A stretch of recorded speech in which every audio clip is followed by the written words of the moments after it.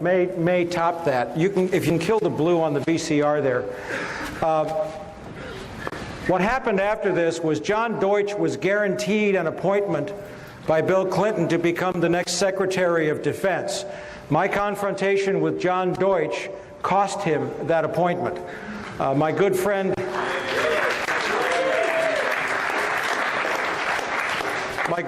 Dick Gregory, who I just did a radio show with on Thanksgiving Day, called me up and said he said he was talking to some people in Washington, and they just chewed him up one side and down the other because he looked like a fool. Everybody here seen The Wizard of Oz? Everybody here seen The Man Behind the Curtain? We have to get to the man behind the curtain, but it's going to be a little bit scarier than that movie was to do that. So, let's take an approach to September the 11th along the lines of an investigator presenting a case to a grand jury, or along the lines of a detective presenting a case to a district attorney. First of all, who am I? We're going to go through this really quickly. I had the misfortune of being born into a family that was heavily rooted in the intelligence community. My mother was a cryptographer and cryptanalyst for the Army Security Agency and National Security Agency during World War II. She worked for Secretary of State Cordell Hull. She worked on the Japanese and Russian codes. By the way, we did know the Japs were going to attack Pearl Harbor, and we did let it happen. This is evidence that I would present. This is my mother's separation from the NSA in December 1949 because she was going to have babies. She didn't have me until 51. But my dad was also recalled into the Air Force during the Korean War. He went to work for Martin Marietta and went to work on projects like the Titan 3C, which put up all the CIA's keyhole spy satellites. Relatives of my father were OSS, that's the forerunner of CIA, and they were career at CIA in Langley. So everybody in the family had a clearance. I used to come home from school and say, "What's for dinner?" And Mom would say, "I can't tell you." That's a joke, I hope. Now what I need is a way to do this so that I don't get them all whacked up here. Continuing with the presentation, there's a couple of points I want to make here in Portland. This is one of my rating reports from LAPD showing an outstanding rating, showing also that I have, especially in the field of narcotics enforcement and investigative procedures, I was loaned to Wilshire Division Narcotics several times and specialized in narcotics. I was even sent to a training school by the U.S. Department of Justice and the DEA, which I attended. You don't get that for writing parking tickets. And the reason why I say this is because the ranking member of LAPD in the room that day when I confronted John Deutsch told Ted Koppel that I had never worked narcotics. And that got me pulled from a live interview with Ted Koppel. The ranking member of LAPD in the room that day was Deputy Chief Mark Croker.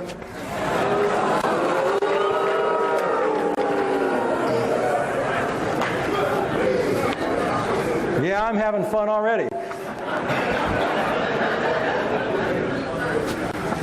Now I want to talk about CIA dealing drugs briefly because I have to lay a foundation. You have to understand the economic and the political context in which this war is taking place and in which it is set. And there's two things that if you don't understand, you will never understand September the 11th.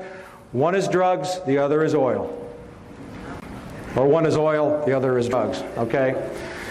We want to talk about evidence. We want to talk about proof, okay?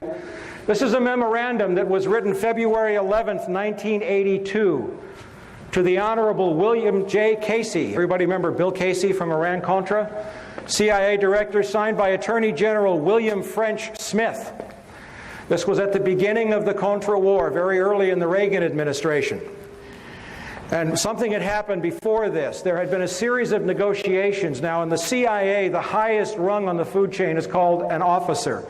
If you are a case officer at CIA, you are someone who cannot be disavowed or denied. You are a man of the cloth. You are a man blessed with immunity. The agency will protect you.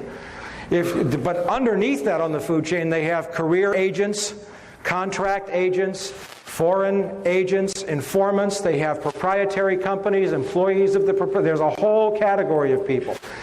Well, in 1982, because the CIA knew there was going to be a massive explosion in cocaine trafficking that they were going to control, U.S. cocaine consumption went from roughly 80 metric tons in 1979 to 600 metric tons by 1987.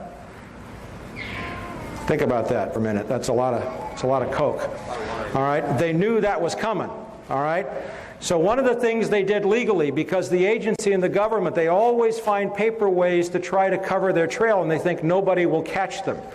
One of my favorite lines of all time, and for the first 100 of you who got here, you got a free copy of my last issue of From the Wilderness, is from Allen Dulles, who, when the Warren Commission report was released, however many volumes there were, and you read those volumes and you know that Lee Harvey Oswald didn't kill John Kennedy. And Allen Dulles said, the American people don't read.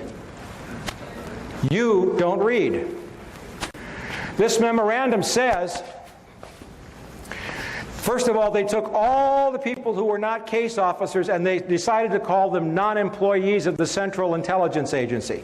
There's a federal law stating that if a federal employee breaks a federal law, you have to report him. They were caught on the horns of a dilemma. So first they said, well, all these people are not employees, even though they get CIA paychecks. And then they said, in light of these provisions and in view of the fine cooperation the Drug Enforcement Administration has received from CIA, no formal requirement regarding the reporting of narcotics violations has been included in these procedures. That's black and white evidence of a conspiracy. The Attorney General of the United States just told the CIA director he no longer had to report it when anybody other than a case officer was dealing drugs.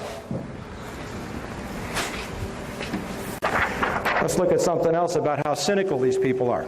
Now, I've been studying CIA and the drug trade for about 23 years, and this is one of my favorite documents of all time. Some 28 C-130 Hercules were smuggled by the CIA and the Pentagon through the U.S. Forest Service into private hands, supposedly for the purpose of fighting forest fires.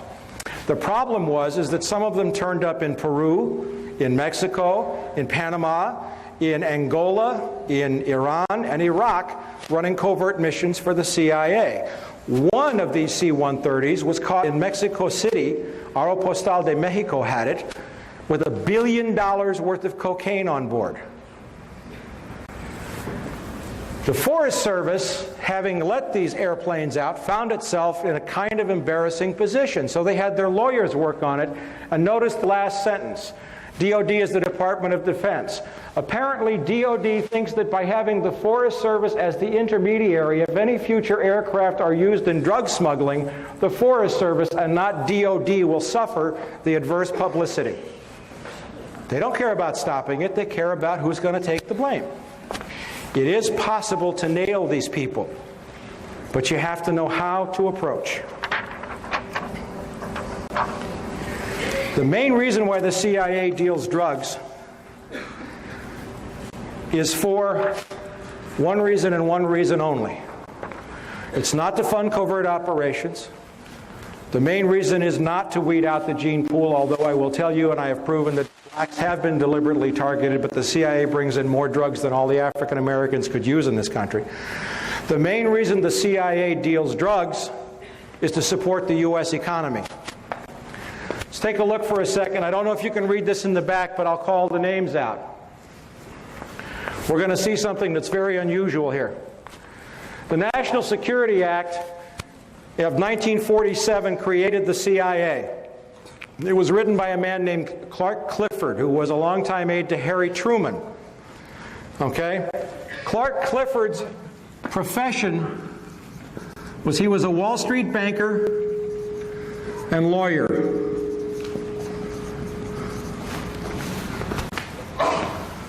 Clark Clifford is also the man who brought a bank called BCCI into the United States in the 1980s, a drug money laundering bank that was exposed for laundering drug money. The design for the CIA In other words, the people who told Clifford how to write the act were two brothers, John Foster and Allen Dulles, the Dulles brothers, Dull, Duller, and Dullest. John Foster Dulles was Secretary of State to President Dwight Eisenhower.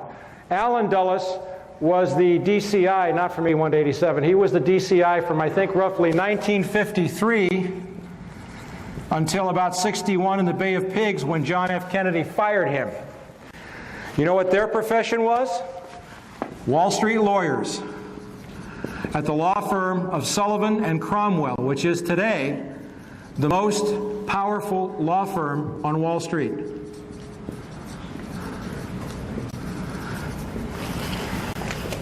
Bill Casey, the man we just saw the memo addressed to. We know he was Ronald Reagan's DCI. What did Bill Casey do for Richard Nixon? He was chairman of the Securities and Exchange Commission.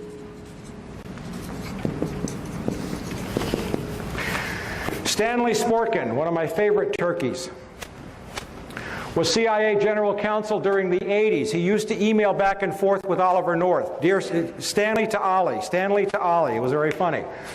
Okay? Do you know what he did before he became... No, he was the General Counsel to the SEC. Securities and Exchange Commission, charged with monitoring all securities transactions. David Daugherty, CIA General Counsel after Stanley Sporkin. You know what he does today? The Executive Vice President of the New York Stock Exchange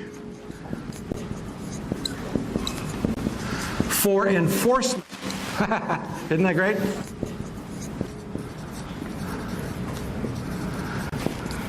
And then we have a gentleman by the name of A.B. Buzzy Krongard, and we're going to hear a lot about Buzzy Krongard tonight.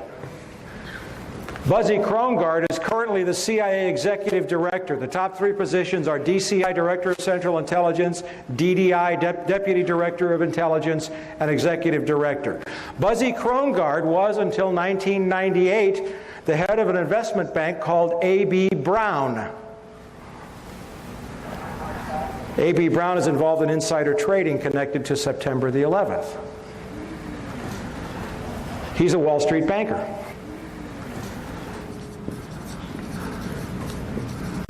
As a matter of fact, 6 out of 7 of the first deputy directors of intelligence came to CIA from Wall Street. The mission of the CIA is to control money and cash flow for the benefit not of you and me, but for the benefit of the banks and the stock brokerage houses and all of the interests that control U.S. politics. Now, the U.S. economy is in deep trouble. But the level of criminality in this government and in this country has become so overt in the last 2 years that the stink is becoming hard for people to ignore. This is a story from the Associated Press, June 27th, 1999. New York Stock Exchange chief, that's a guy by the name of Dick Grasso, hops on an airplane in New York City and flies to Bogota, Colombia, hops in an armor-plated limousine and drives up to the foothills in the mountains that are occupied by the FARC guerrillas, who occupy a third of Colombia. They tax the cocaine. Everybody in Colombia deals drugs. But what did he ask them to do? He asked the FARC guerrillas to invest their drug profits in Wall Street. There's an AP story right there. He didn't say stop dealing drugs, it's bad for our kids. He said, let us manage your drug money. The FARC said, we think we would rather keep our money in Colombia for the benefit of Colombians. Why should we send it to New York? And what happened a year later was Bill Clinton announced Plan Colombia. And don't get me wrong here, Colombia is on the list of countries where this administration is planning to go to war because there's also oil there. All right. Still laying a foundation, but we're getting ready to move into September 11th.